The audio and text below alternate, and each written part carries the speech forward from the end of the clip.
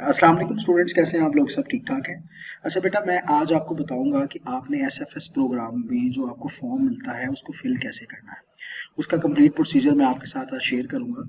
तो चले अब हम विदाउट टाइम वेस्ट किए फॉर्म की तरफ चलते हैं। तो बेटा, सबसे पहले आपने स्टार्ट में इधर RAT जो कि SBI school of business intelligence है, यहाँ पे आपने वो लिखना है। फिर आपका पूरा नाम कैपिटल लेटर्स में यहाँ पे लिखिएगा। फिर उसके बाद फादर्स नेम यहाँ पे कैपिटल लेटर्स में लिखिएगा। फिर परमानेंट एड्रेस आपका क्या है। अगर आप किसी और शहर से बिलोंग करते हैं, गांव से बिलोंग करते हैं, तो आपने वहां का मेन एड्रेस लिखना है। और जहां पे आपसे कम्युनिकेशन हो उसका एड्रेस लाजमी लिखना है। जैसे मिसाल के तौर पे आप लाहौर में जहां पर हैं, उसका एड्रेस यहाँ पे लिख दिया जाए। फिर उसके बाद आपका CNIC नंबर यहाँ पर होगा, आपका CEN नंबर, CRN नंबर अगर एनरोल्ड है तो। फिर इसी तरह date of birth, email address और आपका सेल। सेल क्या है? 0321। फिर उसके बाद डैश लगा के आगे आप आगे लिखेंगे जो आपका सेल है। इसी तरह क्वालिफिकेशन आपकी क्या है, इंटरमीडिएट, उसके ऊपर आपने बताना है कितने मार्क्स आपने ऑब्टेन किए, टोटल मार्क्स कितने थे वो आपने बताना है, और एंड पे परसेंटेज बतानी है। मार्क्स ऑब्टेन्ड बताने हैं, टोटल मार्क्स कितने थे और इसकी परसेंटेज कितनी बनती है, कौन सा आपका बोर्ड था, और उसके बाद फिर मेजर सब्जेक्ट्स आपके कौन से थे, आपने ये उसके अंदर बताना। फिर फैमिली डिटेल्स के ऊपर बात करते हैं। तो आपने अपने फादर का सबसे पहले बताएंगे, जो आपके फादर और गार्डियन कौन है, वो जो गार्डियन बोलेंगे या फादर बोलेंगे क्या है, या अगर वो फादर है तो फादर के नाम लिखेंगे, नेम है और फिर CNIC। उनका मशगला क्या है, यानी क्या जॉब है उनकी, एजुकेशन क्या है, ऑफिस का टेलीफोन नंबर यानी आपका नंबर क्या है घर का।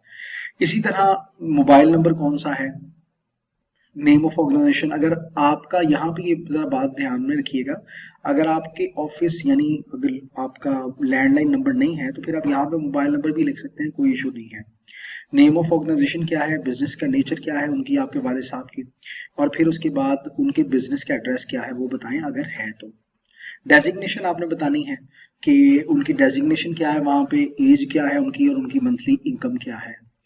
और फिर उसके बाद कोई दूसरा सोर्स ऑफ इनकम आपने बताना है कि सोर्स ऑफ अदर इनकम कौन सा है, अदर इनकम से कितनी अमाउंट आपको मिलती है और टोटल इनकम आपकी कितनी फिर होती है।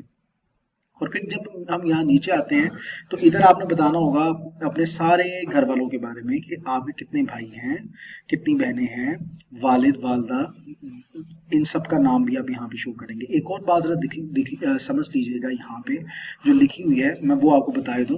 वो ये वाली है कि जो फैमिली मेंबर्स उनका आपने लिखे जो डिपेंडेंट हैं आपके वालिद पे, ठीक है, या आपके गार्डियन पे। और सिबलिंग्स हैं जो कि 25 साल एज है और अनमैरिड है, 25 साल से कम है और अनमैरिड है, उन सबको आप जो है वो लिखेंगे। फिर उसके बाद यहाँ पे अब जितने भी आपके बहन भाई हैं ऑल दैट उन सब के बारे में आप लिखेंगे। और यहाँ पे जब आता है ब्रीफली इंट्रोड्यूस योरसेल्फ, इसके बारे में जरा समझ लीजिएगा। यहाँ पे आपने लिखना होगा कि जैसे मिसाल के तौर पर आप PRC के स्टूडेंट हैं तो आप यहाँ पे लिखेंगे my name is this, I am PRC student, my family background is this, my father is this, मेरी एस्पिरेशन क्या है, what I want to do in my life. इस किस्म की बातें आपने 200 वर्ड्स के अंदर टोटल लिख के एक पैराग्राफ में यहाँ पे शेयर करनी है।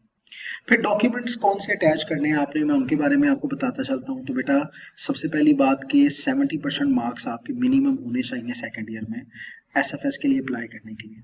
SFS अप्लाई करने के लिए आपने ICAP से कोई और स्कॉलरशिप अगर अवेल नहीं की हुई तो SFS के लिए अप्लाई कर सकते हैं, वरना आप नहीं कर सकते।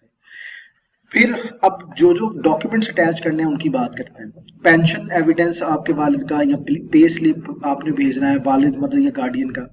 अगर सोर्स ऑफ इनकम एग्रीकल्चर है, बिजनेस है, रेंटल है, तो एक एफिडेविट आपने लाजमी शेयर करना है। अब जहां पे आपके वालिद वालिदा या जो गार्डियन है उन्होंने साइन किया हो, और अटेस्ट करना है इसको UC नाजिम ने, तहसीलदार ने या गजट ऑफिसर ने। ये आपको जो ये वाला सेक्शन है ये मिलेगा आपको कचहरी से, गजट ऑफिसर आपको वहां पे मिल जाएगा। तो कचहरी से आप ये एफिडेविट बनवा सकते हैं बड़े आराम से। एफिडेविट में एप्लीकेंट का नाम होना चाहिए, ठीक है, यानी आपके जो वालिद साहब हैं, CNIC, सोर्स ऑफ इनकम उनका होना चाहिए, टोटल मंथली इनकम क्या है, फैमिली की इनकम क्या है, और टोटल नंबर ऑफ डिपेंडेंट्स कौन कौन से हैं। CNIC की बात करते हैं, बेफॉर्म, ये आप CNIC आपका होना चाहिए। अगर CNIC नहीं है तो बेफॉर्म अपना लाजमी करें। अपने वालिद वालिदा इनका भी CNIC आपने साथ लगाना है, या गार्डियन, अगर वालिद गार्डियन है तो सिर्फ वालिद का लगा दें, वालदा के लगाने की जरूरत नहीं है। इसी तरह अगली बात करते हैं, अगर आपके वालिद या वालदा में से कोई अगर वफात पा चुका तो आपने क्या करना है कि उनका डेथ सर्टिफिकेट यहाँ पे लाजमी लगाना है।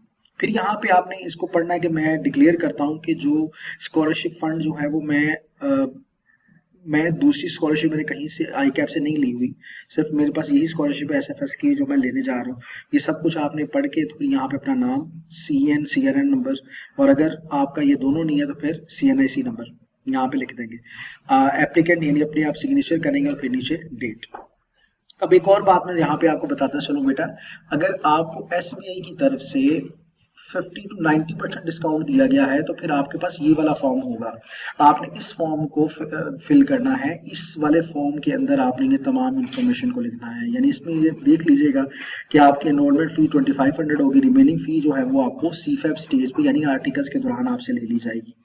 तो अगली बात यहाँ पे ये है कि स्टूडेंट आपने यहाँ पे इसको फिल कर देना है, अपना नाम लिखना है, फादर का नाम लिखना है, अपना सीएनआईसी नंबर लिखना है या बेफॉर्म नंबर लिखना है, वालिद साहब का सीएनआईसी नंबर, आपका पर्सनल कॉन्टेक्ट नंबर, वालिद साहब का ईमेल, आपकी अपनी सीएन अगर इशू हुआ है तो वो लिख दें, प्रेजेंट एड्रेस क्या है, आपका परमानेंट एड्रेस क्या है, यानी वही मैंने आपको जो पहले बताया। और इसी तरह फिर आपने ये डिक्लेयर करना है तो आपने अपने सिग्नेचर भी करने हैं और थंब इम्प्रेशन भी लगाना है दोनों, और डेट जिस दिन आपने अप्लाई किया हमारे पास। ये वाला काम हमारा है, ये आपका नहीं है। अच्छा, अगर आपको एसबीआई की तरफ से 100% या 90% से ज्यादा डिस्काउंट मिला हुआ है तो फिर ये वाला एक सेक्शन है जिसको आपने फिल करना है, और इसमें अपना नाम वगैरह एंड ऑल दैट सबसे आप एंड पे क्या करेंगे, अपने सिग्नेचर करेंगे और साथ ही थंब इम्प्रेशन और एंड पे डेट लगा दी जाएगी। तो मुझे उम्मीद है बेटा कि आपको ये सब चीजें बड़ी आसानी से अच्छी तरीके से समझ आ गई होंगी।